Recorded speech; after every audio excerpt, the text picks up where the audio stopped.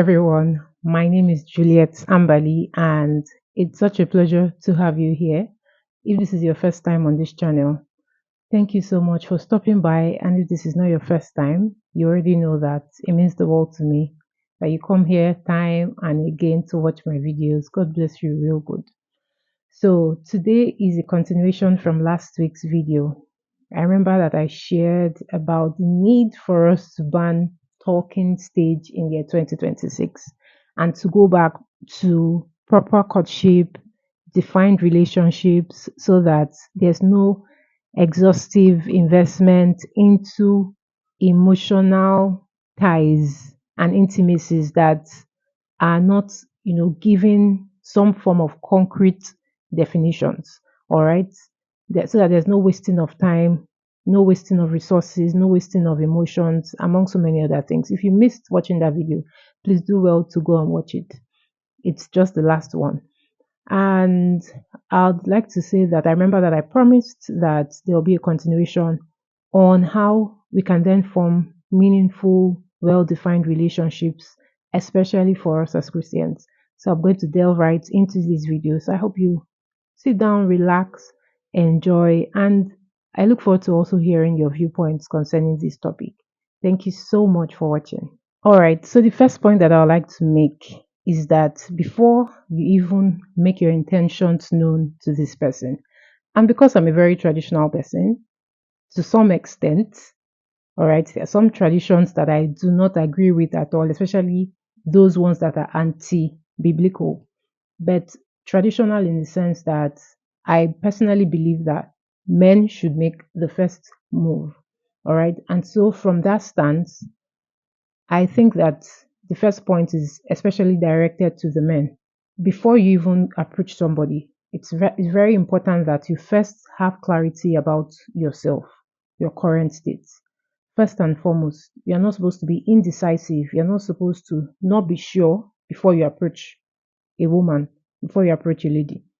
You should first and foremost be very certain. You should have clarity about your current state. Are you emotionally available? Are you spiritually grounded? Are you ready for courtship, not just conversations? So if you can answer these three questions, at least among so many other questions, but at least for the aspect of emotions, if you can answer these and your spiritual stance, then you may be suitable to make that move, to make your intent known to that person. Reason being that if you are not emotionally available, if you are not clear about where your current state is at the moment, it will reflect in your approach to this person. But when you are certain that you know what you want, you are clear about your personal stance, you have clarity about your direction, where you are going to, it makes things easier with regards to what you then go to say to this person. All right. So that's the first key thing. You need to have clarity about yourself. You need to know where you are. You need to know if you are prepared emotionally to pursue a courtship with somebody. And then on the flip side, for the females, you also need to be emotionally available, spiritually grounded, and ready to receive this person. Not specifically this person that is coming to meet you, not specifically every man that is emotionally available, spiritually grounded, that is coming to meet you. Do you understand? But in your own space, you need to be prepared for that person that will eventually align with what you know you would be ready to work with eventually when you get married. All right.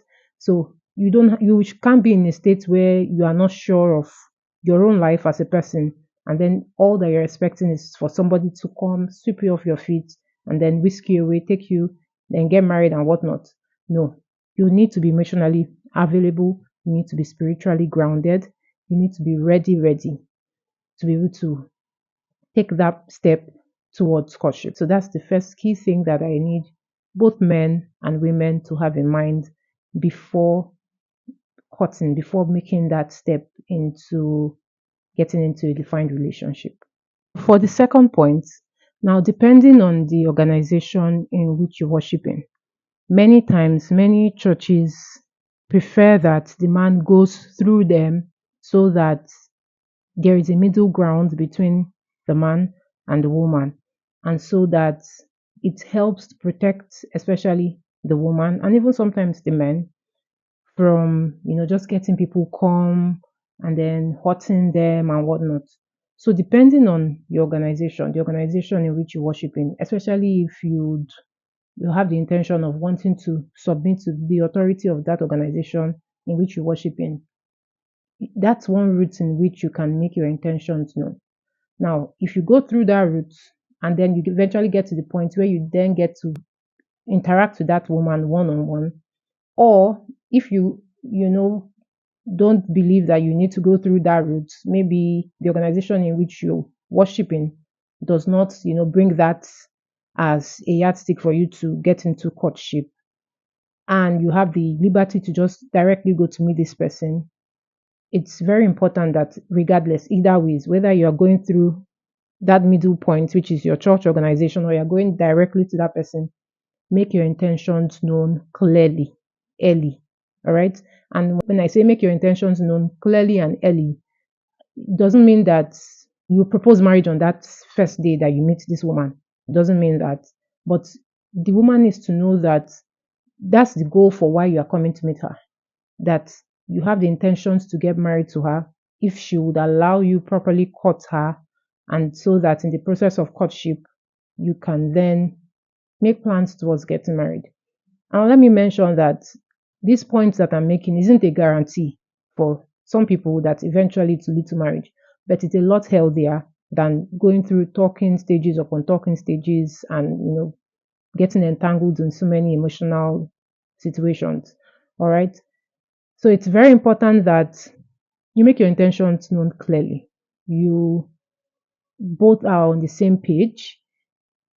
And for some people, making their intentions known, aside maybe going through the organization or going directly to them, some cultures or some individuals would also like to go to meet the parents first to let them know this is their intentions for their daughter, and ask for their permission to court their daughter if she allows, if she accepts. All right. So just make sure that things are done properly, things are done the right way, very organized. It makes things a lot healthier. Peradventure, it happens that the courtship doesn't work out well. Both of you leave each other honorably. There's no problem, there's no resentment because things were done the proper way.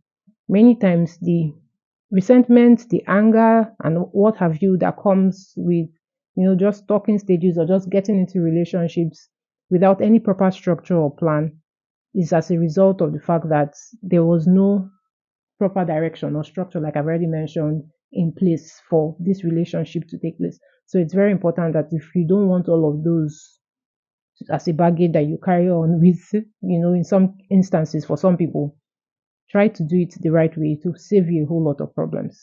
The third point that I would like to mention is that there needs to be a defined getting to know phase. Now, I've made a video in the past about a plan that you can work with for the duration of time that you're courting, where you're courting intentionally, the kind of questions you're asking, the kind of activities that you both get to do so that you get to know yourself better.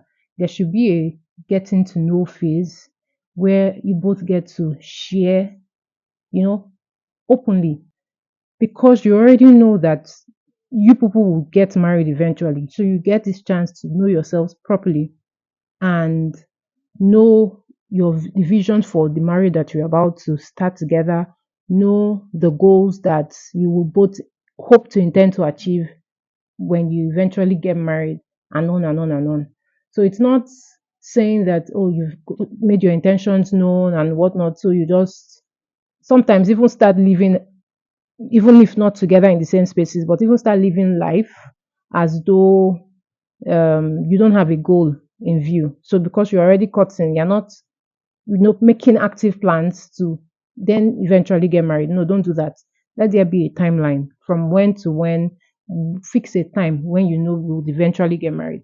And this is very helpful for so many reasons, to avoid an unnecessary and long courtship that can lead to different kinds of temptations, or that can drag and then just become something else that you wouldn't want it to become. So it's very important that you set out what's the time frame. We're cutting for 3 months, we're cutting for 6 months, and we're doing an intentional courtship. We're not just counting time. We're doing the right activities, we're asking the right questions, we're making the right plans. You want that for yourself at this phase. The next point, another good reason now that I would give for why you need to go through this kind of pathway in ensuring that you have a defined relationship, in ensuring that God is leading you into this. You have the permission of parents, of your church authorities, or people that you're accountable to. Is that I've already said the word. It helps you to be accountable to people. All right.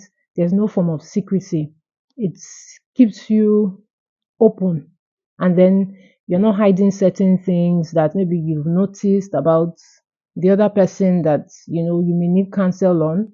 Rather, it makes you seek for wisdom. It helps you to be a lot more discerning as to the decisions you're making around this relationship. And so it's very important that you are mindful to go through this right path so that you have people that you're accountable to, that you can report to, that you can share with, and that can give you wise counsel as to how to you should navigate this phase of your life. All right. So, as a way of closing, I like to mention that as Christians, trust me, you don't need talking stages. What you actually need is discernment stage. So, prior to meeting this person or prior to accepting to be with this person, what you need is discernment. And the only way for you to discern right, if this person is right for you, I personally think, is to commit it into the hands of the Lord. Trust me, no matter how knowledgeable you think that you are, or no matter how well you think you know somebody, God knows everybody inside out. In fact, you don't even know yourself as much as you think you do. And so, if you don't know yourself that much, how much more someone else? So, what you need is a discernment stage. You need a stage where you get to pray up, where you get to commit everything to God's hands so that He will direct your path, and so that no matter the outcome, you are at peace knowing that God is the one navigating your way, and He's the one leading you in the right path. And in the long run, you'd be glad for it. All right. And so that's that for this video. I hope you enjoyed watching, and I hope you learned a thing or two, and more important, that you put to practice these points that you have taken from this video. Like I mentioned earlier, share with me what are your viewpoints concerning this. Should talking stages, continue to be a thing? Why should it continue to be a thing? I'd like to learn from you. Or should people go into well defined relationships, well defined courtships, so that hearts are not broken, and so that you can later in future see somebody and even just be friends with them, not have anything against them because they were your not too good talking stage, or they were the people that you were entangled with, or they hurt you in one way or the other in that talking stage, and what have you. So let me learn from you. Please share with me in the comment section. Until next time, do stay blessed. Bye. Yes, now, please, if you've not subscribed, please do well to subscribe. And I have almost, if not, I think by now, 200 videos here on YouTube centering on several topics that will be of benefit to you. Kindly watch, subscribe, share with someone, to share with someone, and on and on and on. Thank you so much. I'm deeply grateful, and I believe and hope that you are growing and that life is treating you well. Until next time, this time around. Bye.